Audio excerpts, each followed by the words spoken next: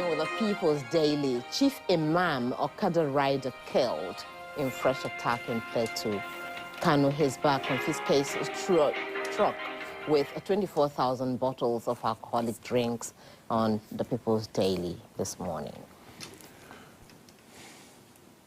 Leadership newspaper has its headline, one issue that gave a lot of Nigerians cause for concern on Wednesday evening. NNPC marketers deny clash over fuel pump price. That's on page 4. And if you just look above that headline, you see Aida Tiwa suspends Ondo local government chairman. And at the top of the masthead itself, ex-minister Sadiya Farouk shuns EFCC invitation. Those are the top headlines there on that newspaper. All right, let's check out the first newspaper. We'll begin with this one just beside the masthead. 4.456 million voters to vote in February 3 entry polls. And then the bold headline there, no plan to increase petrol prices, and NPCL assures Nigerians, says there's enough fuel in the country. The Daily Sun, the headline leading their tension over Fiat plan to hike fuel price. Marketers seek offshore refiners support to crash petroleum products cost. And NPCL denies rift with oil majors, says no price increase. All of that you find on page 2 of the paper. And just at the bottom of the front page, you see gunmen attack Abuja suburb. Lafia supermarket, kill 4, injure 4 policemen. Nigerian pilot, a hope not lost, is the big one there, and that's credited to Lukwabiri. On page 8, Petroleum Minister Lukwabiri says hope not lost on return of Atala oil field to Bayelsa State, regrets that Atala oil field, a common patrimony of Bayelsa State, was taken away, and then other riders, as you can see there. And then security agents will go after Nigerians with fake foreign certificates. That's according to Minister on page 8. The Nigerian Express looks at the Rivers State issue again. Rivers Assembly disowns Ehie, says he was never elected speaker. And that tells you that it's not over yet in Rivers State, even though there's some sort of solution there. Falana Faults COAS says Nigerians can bear arms in self-defense. Okay, the Nigerian News Direct now, blame game, it says Nigeria under incompetent economic management since 2014. And that statement is credited to Mogalu. Incompetent leaders paid salaries, arrears, invested massively in infrastructure. Tinubu's aid response. Okay, we'll see other stories. Cash withdrawals not allowed from virtual asset accounts. That's according to the CBN. This Nigeria, our hope not yet renewed. TUC tells Tinubu, describes 2023 as year of excruciating, dashed hopes. Calls on FG to implement agreements reached with Labour last year. And of course, when you look at the bottom of the page, NNPCL records 112 oil thefts in Niger Delta region in 7 days. Okay, 2024 budget designed to take care of ruling class. That's according to the TUC. Once inflation crashed from 28.20% to 9.4%, demands implementation of all agreements with government and insists 2023 was a year of lost opportunities and dashed hopes. Details on page 3 of the Nigerian Tribune.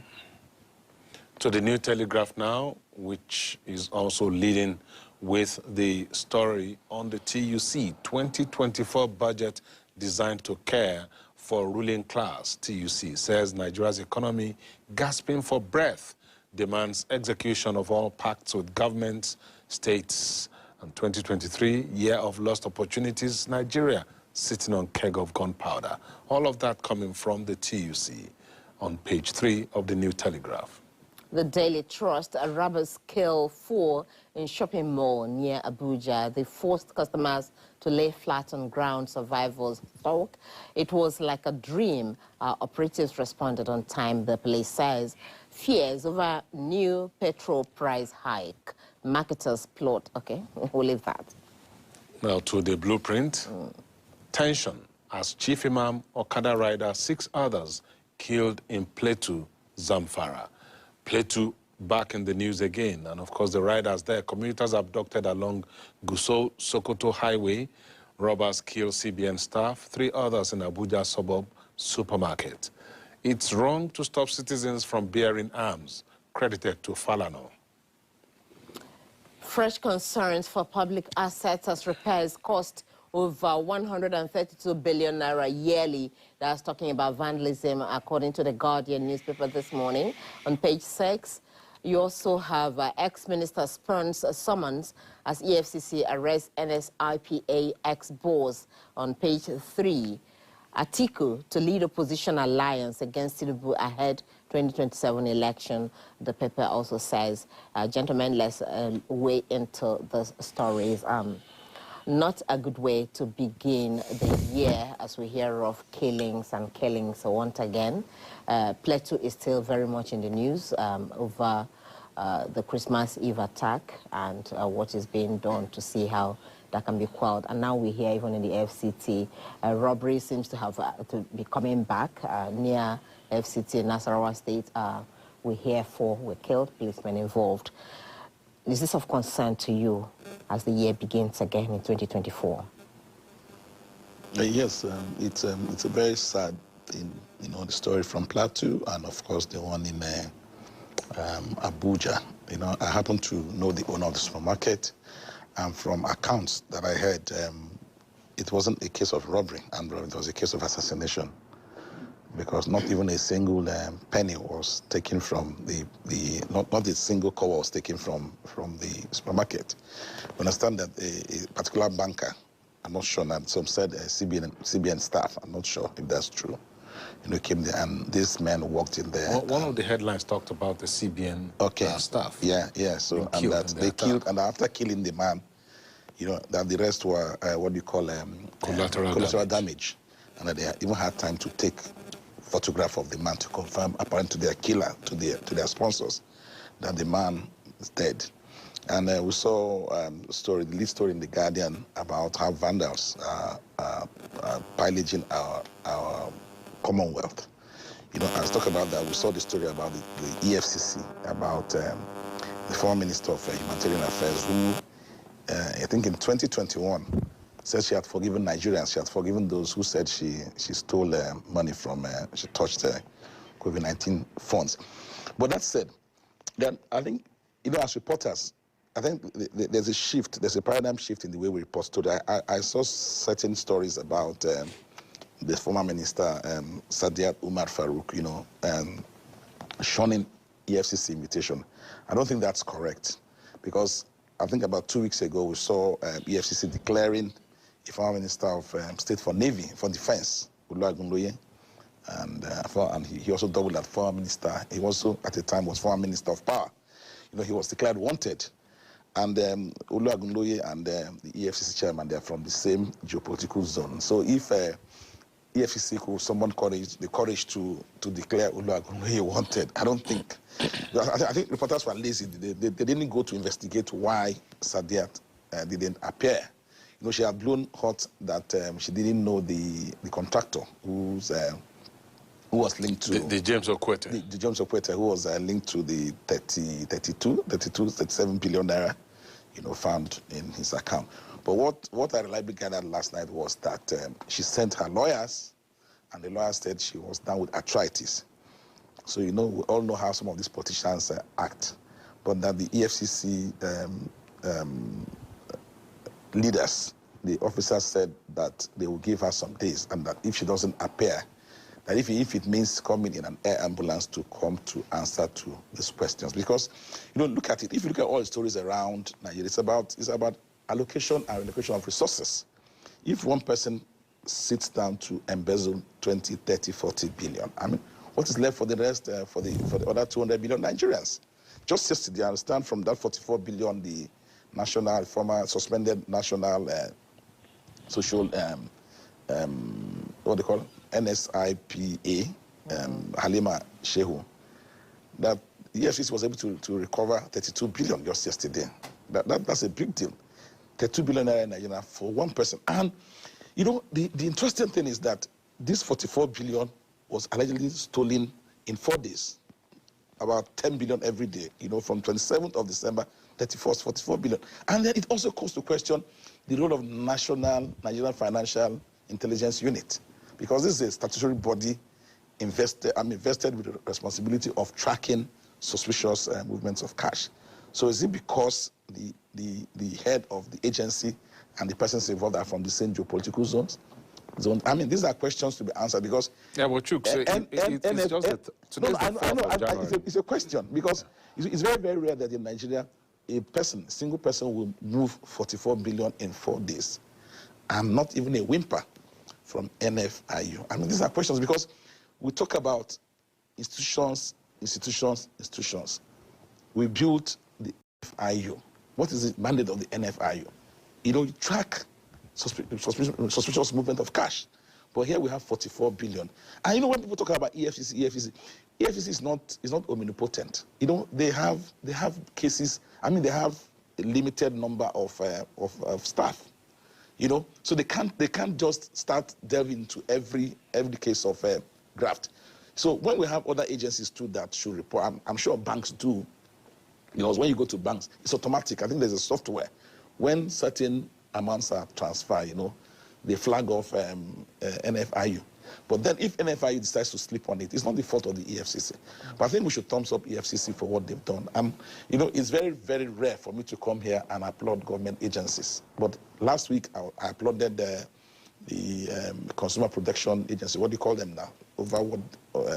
FC. The Federal. FCIPP. Yes, Federal Consumer Protection Agency. Yeah, yes, for what they did concerning BAT, $110 million. That's a big deal. Look at what Marwa has done or is doing in the NDLEA. So EFCC has a new sheriff, you know, and you know, ever since he's matched word with actions, he's doing very, very well, you know, in my opinion. And I think all Nigerians should support this young man too, because you see, the problem is not, you know, inadequate budgeting. You know, police, we don't have enough budget. Works, there's no enough budget. But look at one person, 37 billion, one person, 44 billion in 4 days. I mean, how can a country, you know, even if we exported all the oil in the world, we cannot make it if one person will just take 44 billion and put in his or her pocket. Okay. Simon. Yes, it's quite unfortunate and a tragedy that we ended the year with bloodshed and there is no hope in sight, as you see many others being killed. As I speak now, I think we still have 4 core members that are still in detention in Zamfara State. They were coming from Akwa Ibom. Up to today, nothing has been heard. And today it was reported that Chief Imam and Okada Rider and 6 other killed in Plateau and Zamfara. So this vicious circle of violence shows that there is a need for government to do something. And that is why I welcome the advice by Falana that Nigerians should be allowed to bear arms. It's very, very obvious that the security forces cannot protect Nigerians from the wrath of these criminals. And if they cannot do it, I think the best is to allow Nigeria to bear arms. We are not saying that you should just throw it in the market, anybody can go and own a gun. No. There should be like a systematic means of acquiring this arm with license. There's nothing, and that's why when I hear governors saying that there's nothing they can do, I say there's something they can do. They they just don't have to sit down and wait for security forces that are not coming. So what they need to do is to liaise with the security forces, get vigilante, arm them. You see, when an enemy knows that when he gets to attack you, you are also there with something, you will be very, very cautious. And even if he comes, the toll, I mean the death toll or the destruction, this won't be much. So honestly, if there's anything that needs to be done now, is for the insurgent insecurity. You know, when you're talking about Nigerians being allowed to bear arms, my mind quickly flashed to those villagers in Bokos local government in Plateau State who can even barely afford to feed. Because if you say bear arms, it's only a few Nigerians that can afford arms, really, to be able to protect themselves. But when you say arms, what? There's no definition. Well, what is the definition of arms, actually? It's not. Yes. Are you talking about Dane guns, machetes? Is that what you're saying? Do you understand? They have to really train them on the need to be alert. If they are going with AK-47, they will know that they are meeting people that are alert and at least have something they can fight back. Yes, when you necessarily make have a man a sitting dog before all these criminals, what do you think is that they can always come there at any time and kill them? That is not fair. Simon, but won't that amount to throwing up our arms in exasperation? For me, that what you have said now will be similar to saying we want to remove fuel subsidy because people are smuggling petrol. Instead of dealing with the problem, you are now putting, you are punishing the entire population of the country because a few people are smuggling fuel. And that's exactly what that sounds like to me when you say, let us all bear arms. Okay, there is this fact that Nigeria is under police. We don't have the required personnel to maintain the security of lives and property. And in the face of that, it will be an abdication of responsibility for government to simply say, oh, we don't have money to pay. So, and you allow these criminals that are coming in from everywhere to kill Nigerians. We're not saying that everybody must bear arms. No. As I am simply advising that in every village, in every town, you should be able to have some security network, that there are people, some members of that society, should be able to have arms. We are not saying that every village, every hamlet should have. Simon, I'm afraid I have to interrupt you again. The Mangu, Bokos, and Barakin Ladi attacks, the reports that came out of there said that there were several calls to the security agencies, and none of them responded to any of those calls. But the same security agencies. You are still talking about.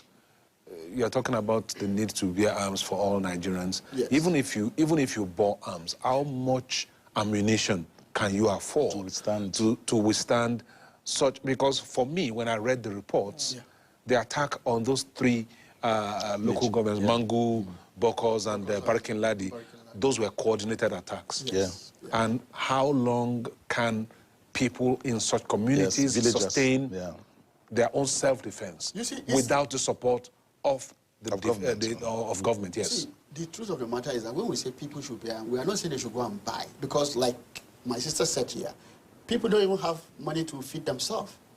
What we are saying is that there should be a vigilante. You know, if you go to Borno, they had this JTF, this civilian JTF. They are working in concert with the security forces. But in Plateau, it's nothing like that. What about Operation Safe Haven? Operation Safe Haven said that the terrain was bad for them. Because as they were going to this area, they would receive a call. So they were even confused, they were overwhelmed. This is the word of the commander of the OPS commander. He said they were overwhelmed. And when you are overwhelmed, is that you do not have enough boots on the ground. So in the absence of enough boots on the ground, there should be locals that should be trained in the use of arms. They should be able to dash there and do one or two things. But it was totally absent. And that's why for 3 days, 24th, 25th, 26th, they were all attacks.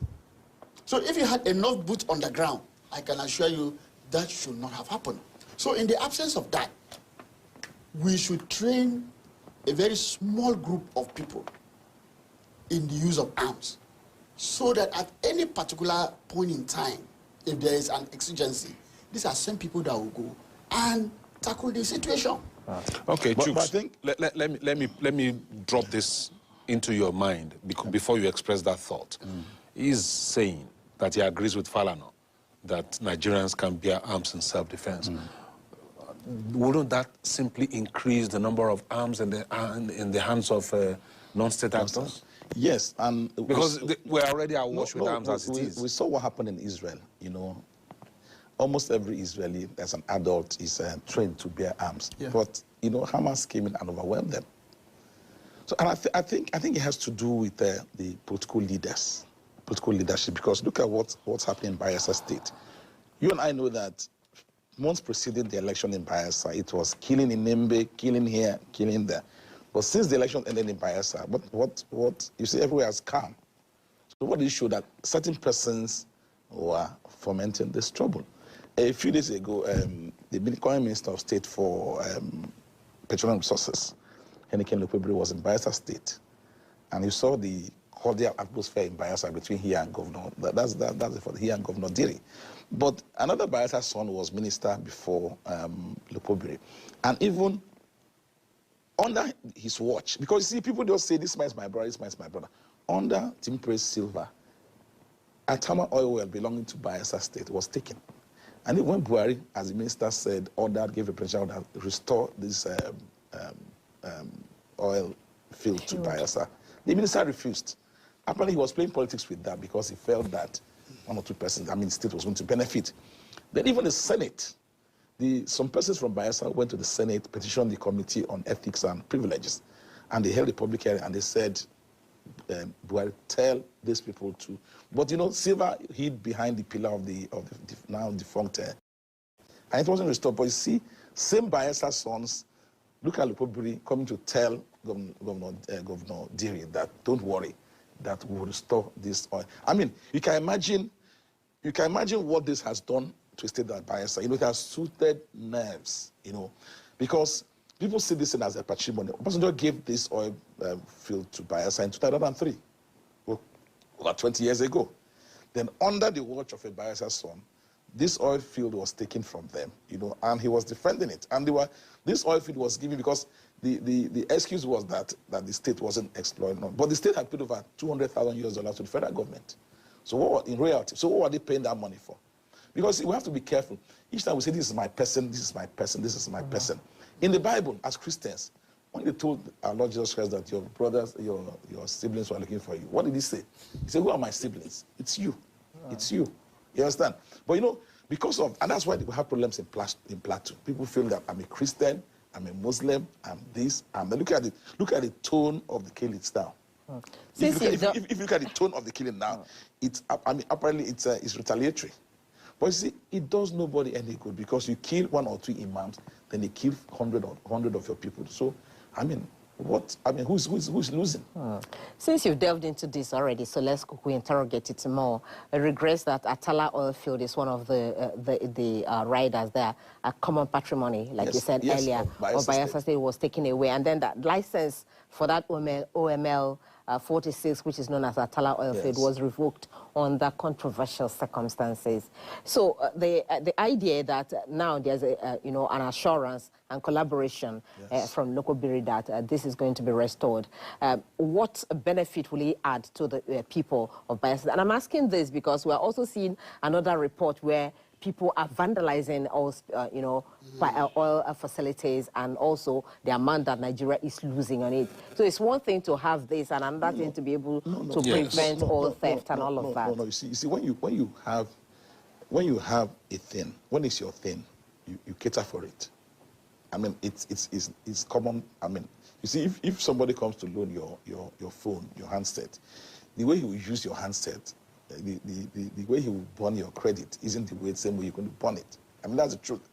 You see, what is wrong in Bayelsa State, having an oil field, and a license? I mean, what is wrong in that? I mean, it's the same everywhere in the world. Because you see, people want to be partakers of. They even went and sold this thing to a very suspicious, a company that was formed, very, very recently. And it's not enough to... And who could have been involved in that, really? No, it's very clear. I said it. I'm not afraid. I said it's there. It's there. Senate had a public hearing. It's there. It's not... Thank you for watching. If you're new to this channel, consider subscribing so you won't miss out any of our latest video.